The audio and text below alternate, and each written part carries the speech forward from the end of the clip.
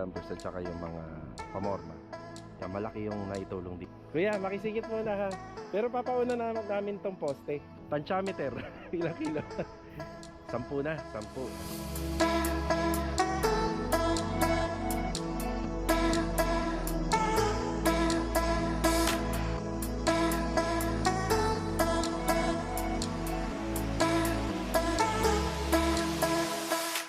Medyo madilim dito, paiilawin po natin yan. Maganda po itong bahay na to kapag kaya lang naman ako. Problema medyo para mag-aalanganin kapag ito yung pinakpan natin 50 cm naging 95 cm yung magiging alam po siyang sasagad na po natin na kasi wala na. May nadala pala akong gamit sa annual leaf, kukunin ko na.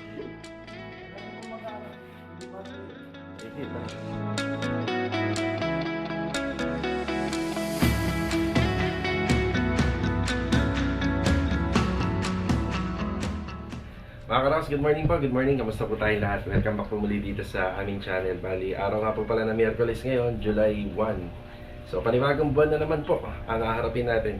Ay mga Karaos, bali, project update tayo sa Anyala Bel Air West Project.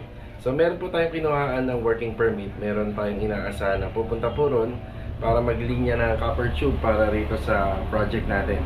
Tapos, sa project update na rin tayo sa New Leaf Subdivision.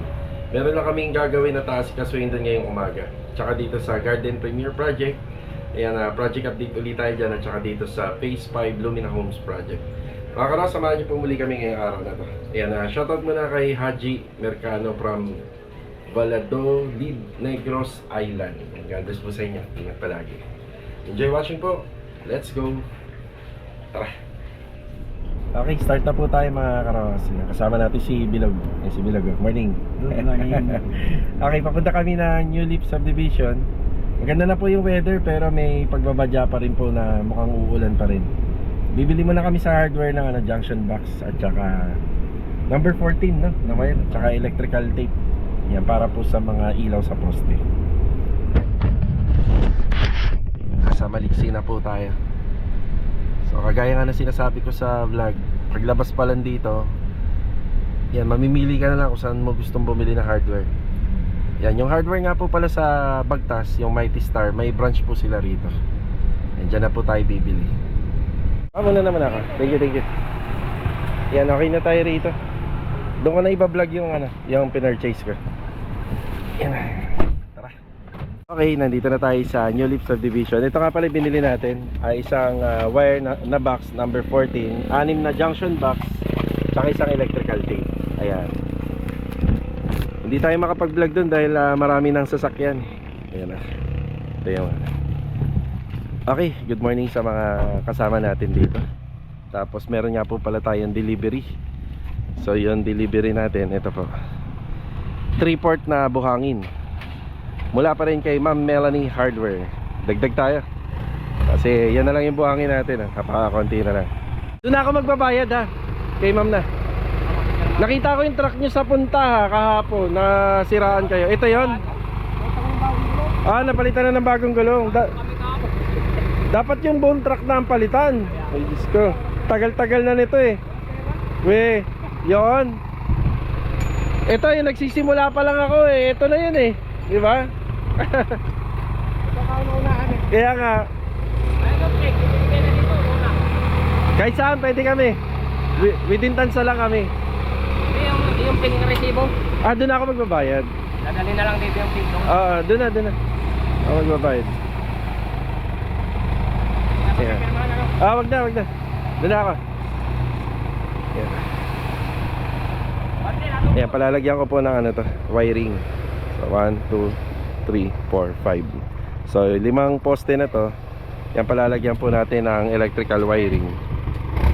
Yung junction box na binili natin 6. So pang-6 dun sa pinakadulo. Okay na yung delivery natin. Yan, pinaumpisahan ko na rin po yung sa electrical dito sa mga poste. So yung series line yan. Tapos dito na po namin iaabang. Nandito kasi yung likod ng breaker. Yan, nandyan po sa pader na yan. So dyan na po natin siya iaabang. Okay, bali meron tayong kailangan dito. So yung mga dinala natin galing Anyana, Coco Lumbers at saka yung mga pamorma, yan, malaki yung naitulong dito niyan. Pero sabi ko nga doon sa previous vlog ko na meron tayong bibili na pinulik board. Yan, bibili tayo ng 3. Kailangan natin 3 kasi yung iba dyan hindi naman kasukat nung ginawa natin. Tapos meron akong konting naging problema, pero kaya naman gawa ng paraan. Yung kabila pala dito, yan, sama ko na lang sa video. Hindi naman totally private. Kumbaga parang topic pa rin to tungkol sa renovation. Reality vlog tayo na talagang natural na nararanasan natin sa mga renovation. So yung kabilang kapitbahay po nila client, may pinagawa na dyan. So expected ko na magpapabakod din sila ng kagaya ng ginagawa natin. Ayun nga lang hindi, iba po yung ipinagawa. Siyempre rights nila yan dahil sila yung may-ari. So ito po.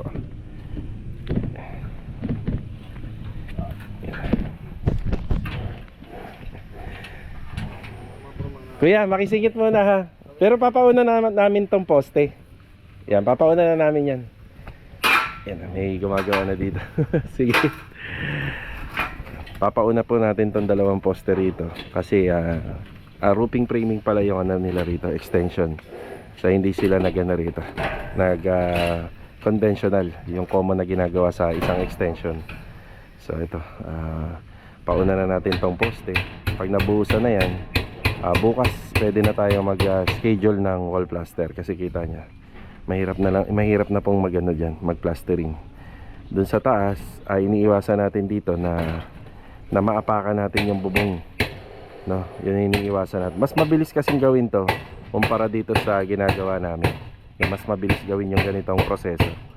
Yun nga lang, syempre hindi pa tayo masyadong tapos dito.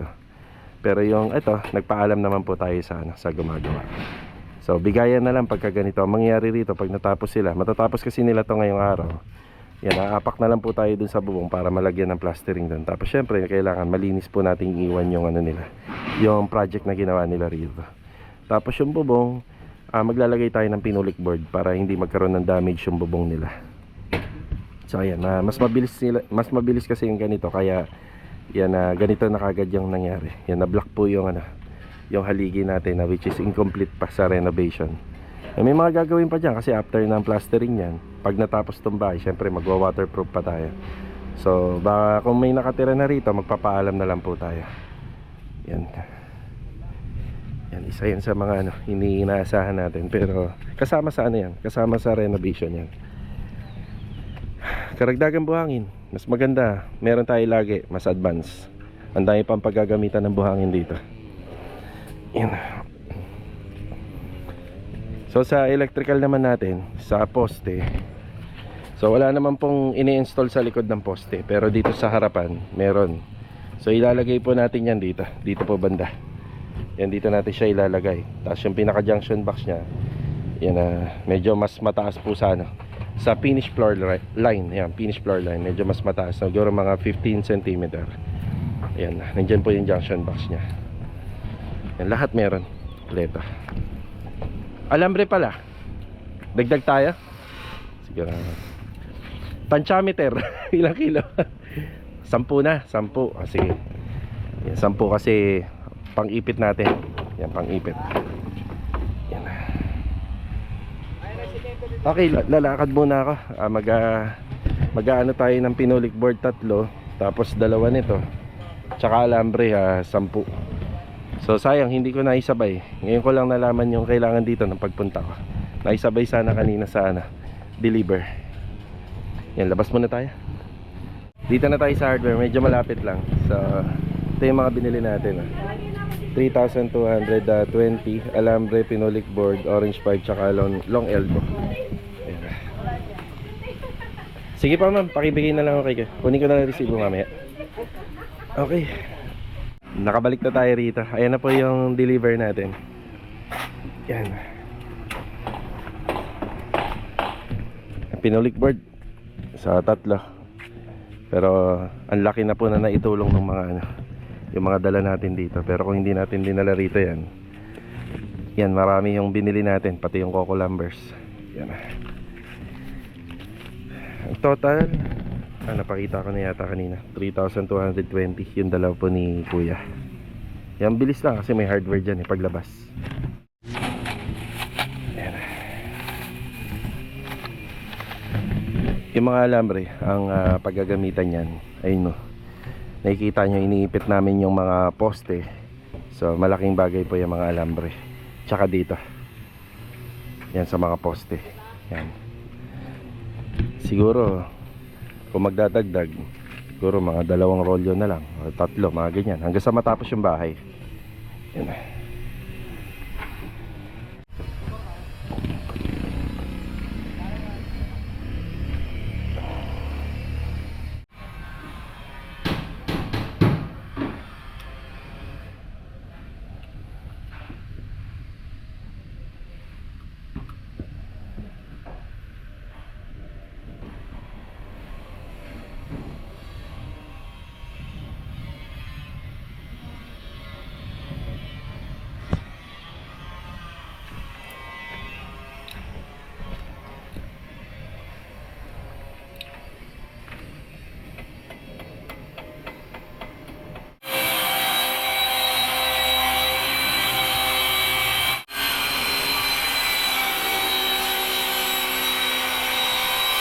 Ayan, thank you Lord, kasi kanina nung pumunta kami rito, mainit.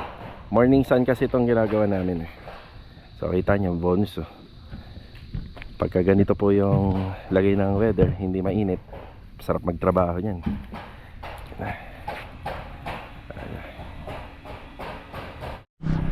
Bumalik tayo sa hardware. Yan, bumili lang tayo ng 3-port na pako na DDoS para sa mga pamorma yan. Tara, nakabalik na ulit tayo rito. Siya nga pala, ang schedule namin dito hanggang tanghali. Yan, tatapusin na namin tong wiring sa poste. Sabi mo ano, Bril, merienda muna tayo. Sabi mo kailan. Tralog, merienda tayo. Merienda muna. Ayan. Kaya Chris, merienda muna tayo. Ayan. Bili akong tinapay. Ito, pampatanggal lang ng uhaw.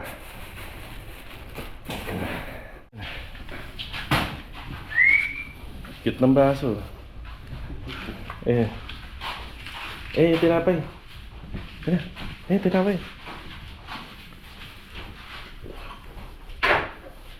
Sarap ng Sprite meron pa yun, ang dami pa. Isalin pa kayo, meron, marami pa yan. Tagay ng alak. Oo nga, parang tagay ng alak Pang Red Horse, no? Okay, back to work tayo. Yung tinutuloy na lang namin Bali, isa na lang yung lalagyan. Yung sakto, 10:25. Yan, makakalis kami rito ng mga 11, mga ganun, mga 11. Tapos na namin to.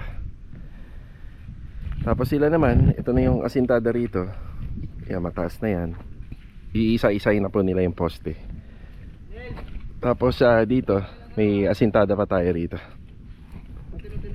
Yan, naasintadahan pa po ito. Yan, tapos yan, isa-isa na po nila yung poste. Ganun din dito na, meron pa tayo rito. Ayan, yan na. Saktuhan lang tong hollow blocks na order natin. Kung sakali magkulang to, habol na lang. Pero kapiranggot na lang yan. Pero mga nabibilang na lang yan pagka halos patapos na Sa lababo na lang natin.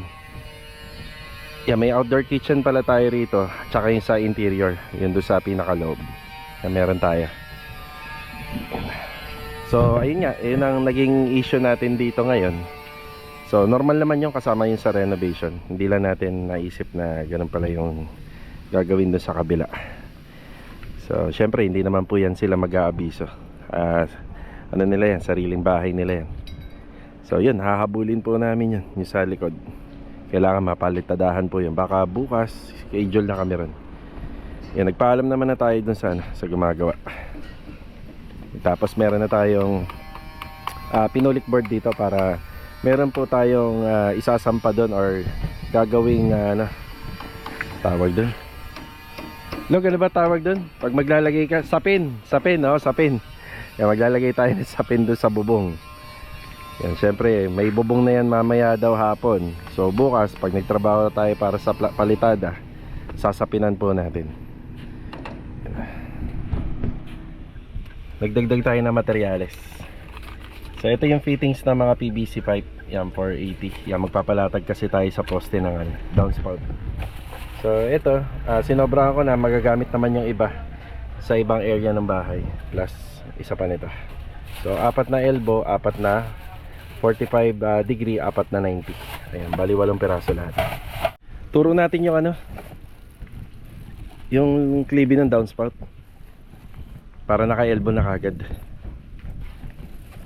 Ayan. Okay na tayo rito. Yan, ayos na. So para minimalist, yung wala tayong nakikita ng downspout. So ayan, binaon namin yung isa dito sa pinakadulo. Yan, binaon na po namin yan. Tapos yung magiging downspout naman dito, pwede talaga siya ma-expose dito sa loob. Kasi yung mga poste rito maiksi. Yung kasi may pagkakataon pa na maitago. Ayun medyo mahaba kasi yung poste rito. Yan, wala naman bubuhatin tong na yan. Yung poste na yan, okay lang na magbaon tayo. Tsaka malaki po yung poste na namin dito inassemble. Tapos yung flow ng tubig nito dito na sa labas pupunta. Yan. So ito na muna. Yan alas 11 pasado na din. Yan diretso break na po yung kasama natin dito. Tapos mamaya mag-update tayo sa Garden Premier Project. Yan.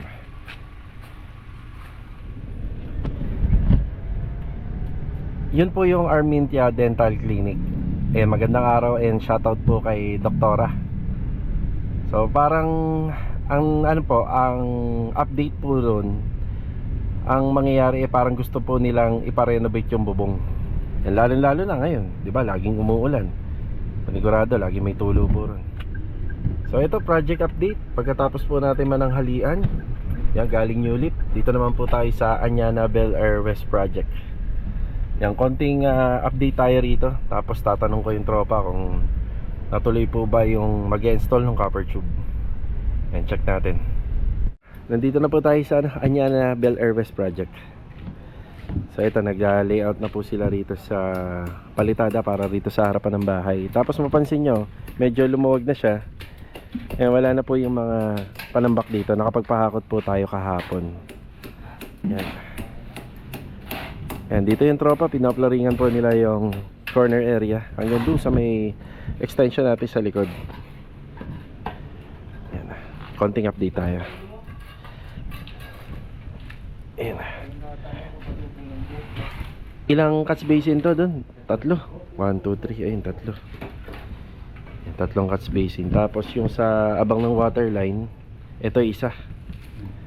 Tapos doon sa meron tayong outdoor kitchen at saka sa pinaka laundry na yun doon.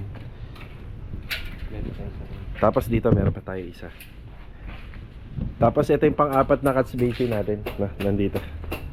So ayan. Yung sa tiles nga pala ito. Yan, dito na siya. Hindi kasi ako nakapunta dito nung araw po nung linggo.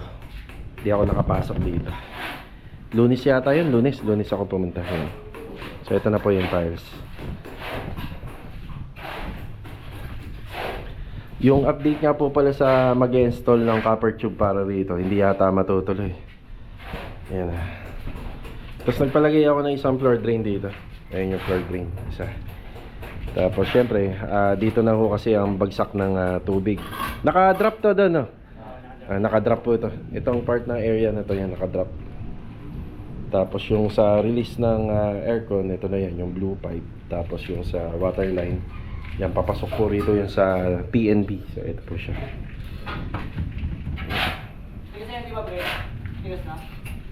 Doon. So yung mga D4 na tubo, 1, 2, 3. Yan yung mga catch basin natin. Kasi ito, magkakaroon pa ng roofing dito at saka dun sa isa. Kakabubong pa. Ito yung sa laundry area natin. Tapos yan yung sa auxiliary kitchen. Magkakaroon tayo outdoor kitchen dito.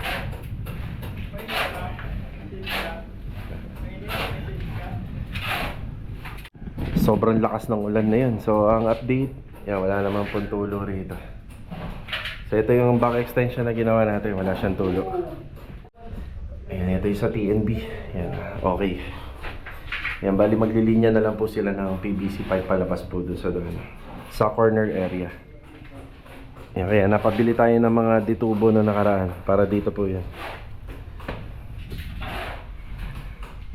Ayan po muna yung update natin dito sa Anyana. So yung ano naman, yung working permit naman, hanggang ano po yun, mamayang alas 5. Kung darating po sila ng alas 4 hanggang 4:30, yan, makakagawa pa po sila rito. Yan, mabilis lang naman yan, para lang yun doon sa back extension area.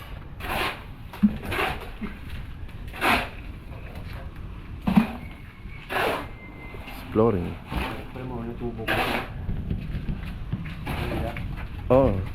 Yeah, kailangan maayos mo na yung sa'yo para sila na mag-a-adjust, no?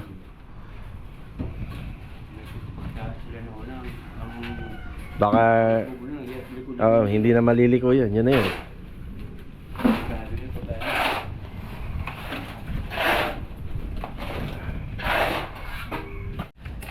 Yan na, ito na po muna yung update dito. Bali, ang nagtatrabaho dito 5.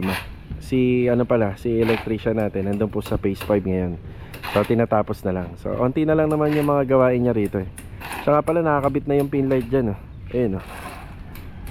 Pagka pumunta ako ng medyo madilim dito, paiilawin po natin yan. Maganda po itong bahay na to kapag natapos kasi magdadala din yung ilaw dito sa ano, sa eaves. Tapos dito sa balcony may ceiling pa po tayo dyan. Yan, maglalagay din tayo ng mga ilaw dyan pati rito. Yan, bubuhayin natin yung ilaw nito sa mga gilid. Sa ano naman tayo? Garden Premier Project pagkatapos ko rito. Garden Premier Project. Yan, dito tayo. Nandito nga pala sila client. So time check alas 3. So bago tayo mag-vlog, ayan, nag-meeting muna kami nila client owner. Yung tungkol dito, pag-iisipan po daw nilang mali yung tungkol dito. Yung sa solid panel na pwede natin ilagay rito. Ayan yung mga poste, ang linis na. Ayan, ang linis na. So ito, pag nilagay natin yung WPC, ang suggest ko sa kanila, yung kakulay po sana ng ano, gray color or yung kakulay nito. Yung nilagay sa kisame. Yan na lang po kasi yung pwedeng i-partner. Yun o, nilagay dito. Pero pag-iisipan nila kasi sa perspective kasi namin, ito talaga yung, ganito talaga yung design. Yan, ganyan po talaga siya. Yan. Yan, maraming salamat nga pala kila client owner, nagdala ng merienda rito. Tapos ito na nga po pala yung ano natin, yung mga pintura, nakasegregate na yan. Nilagyan namin ng bahay yung mga pintura. Tapos itong scaffolding, hindi mo na nila pinatatanggal kasi merong magkakabit ng CCTV, mga gamit daw po nila. Isa na. Ito na, see? Magandang hapon po, sir. Merienda po, kain po. Tapos na. Yan, salamat kila client. Kain lang kayo. Kain lang muna kayo. Okay. Ayan. Tapos update, ito yung bar counter. Ayan, namumuti na yung bar counter natin dito. Kapag natapos yung preparasyon nito, papakabit po natin itong mga WPC. Ayan. Dito, white paint lang po yan dito. So finish white paint. Tapos naka wall fluted panel design to, pati ito. Tapos pinababago ko yung wiring nito. Nilalagay ko pa rito. Yan, para yung track light natin, yan may adjust natin. Tapos may cabinet pin light pa yan dito. Tapos meron pang ilaw yan dito. So yung para rito, isasabay ko na lang po sa cabinet. Sila kumpare nga pala, ginagawa na to. Yan, ginagawa na. Ang request ko nga sa kanila na unahin na to para yung mga TNB natin malagyan ng pintuan. Yan. Tapos yung tungkol naman dito sa laundry area, maglalagay pala ng ano rito, ng cabinet na gawa po sa aluminum. Ang bala ko po sana rito lalagyan ko po to ng ano, pa-slide na ano rito, na ceiling. Ang problema, medyo para mag-aalanganin kapag ito ay tinakpan natin. Kakain na kasi ng space. So ito ay saayusin natin yung pintura nito para maganda. Ito na nga pala yung ano, washing machine. So ito ay isa front load. May mga konting adjustment lang. Bumili kasi sila ng ano, yung parang pinaka-trolley nito sa ilalim. Ayan na, bumili sila. May konting adjustment lang tayo rito. Kasi medyo na tumaas na po daw. So ang minimum required kasi natin nasa ano, nasa 90 cm lang. Naging 95 cm na yung magiging ano niya, yung magiging basin. Yan. Tapos ito isa final retouching na yung sa TV cabinet natin dito. Yan, final retouching na po tayo rito. Yan, tapos sa layout na para sa stairs. Yan. Dito maglalagay ako ng wall lamp. Yan, dito sila nagsusukat. Yan sila client. Yan. Yan.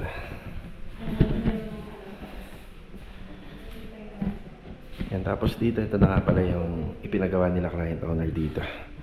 Ang kulang na lang nito is yung pintuan. Yan, pintuan na lang po yung kulang. Yan, nakabarnis na. Ito po yung kapartner niyan. So, bali may dalawang pintuan siya. Yung pinaka-dulo, nakatago dun yung mga wiring. Tapos dito naka-concealed yung ating mga modem. Yan dito. Yan. Yabangan niya. Papaliwanag ko yan kung ba't ganito yung design niya. Yan, may butas siya rito. Tsaka rito. Tsaka ito. Yan. Tapos ito yung TV cabinet. Malinis na siya pero may mga nakikita pa tayong ibang mga part na kailangan i-retouch. Tsaka kailangan linisin dito. Ayan, papaayos pa natin yan. Tapos dito, sa hagdanan, dito nag-umpisa si Louie, yan sa tile setter natin. So ito po siya. Yan, bali, yung tiles na gagamitin dito is 30 by 60. So hatiin lang po yun sa gitna. Yan, para pag tinignan natin, maganda po siya kahit may hati.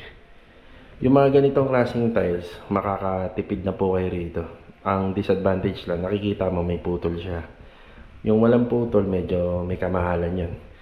Pero dito, okay naman na yan kasi yung sa quality at tibay naman, maayos na rin po yan. Basta yung pinakadulo, may stopper parang ganito. Yan.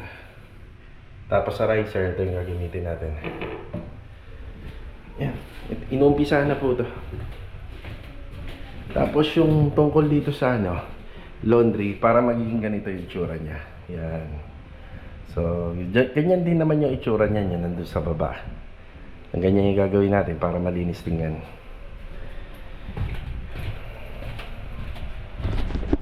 Yan, okay na tayo rito sa garden. Pagkatapos ko rito, pupunta ako sa project natin sa sa Lumina Home Space 6. Yan, punta po tayo rin. Yan, konting update para sa bagong project natin. Nandito naman tayo sa Lumina Home Space 6 mga karos. Magandang araw kila client owner. Bali kahapon, may pakakot po ako ng panambak. Yan, malaking truck po yung nagkakot dito. Yun pa rin yung tropa. Talon tayo. Laman tiyan din. Sige, kainin nyo muna. Yeah. So, ayan. Yan, sadya malalalim lang po yung rito, yung mga hukay. Parang mangyayari na nga nito, isa matatabas to. Yan, matatabas na yan. Tapos yung matatanggal. So ito na yan yung buo. Parang nakita nyo, parang yung buong extension yung hinuhukay. Ganyan po siya kalalalim. Tapos ang may hiwalay lang yun, no? Yun na yung parang may matitirang lupa. Diretso ba to? Ganito lang ang hukay namin. Iwan yung gitna.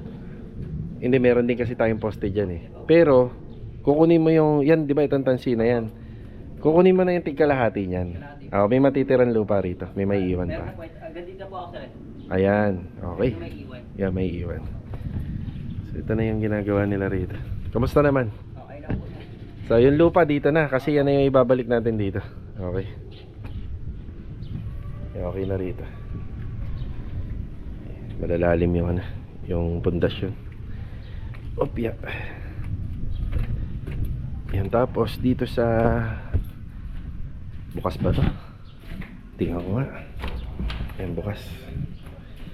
Yung ginawa naman po rito sa taas, yan dito naman po is parang yan, clear na to. Ayan, demolish na.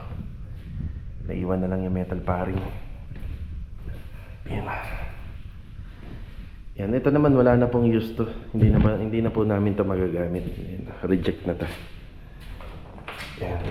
So pag gumawa tayo ng panibagong wall partition dito, bagong materialis na. Yan. Pag-akyat dito, gusto nila may isa pang toilet and bathroom.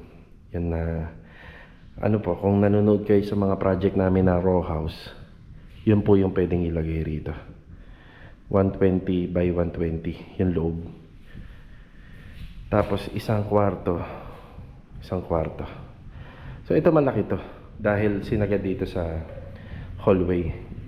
Pero ang gusto nila client, may walkway tayo rito. Yan, may walkway. Ang gagawin namin dito, para bahagyang umano to, hindi maging masikip tingan, tatanggalin po namin to. Tatanggalin na po namin yan. So sasagad na. Para pagka umakyat yung ano rito, yung tao, may makikita po agad nila yung pendant light. Yan, wala na nga lang po siyang window. Yan. Sasagad na po natin yan kasi wala na po tong ano, wala na pong gamit tong area na to. Tapos walkway nasa 70 cm hanggang dito. Walkway natin.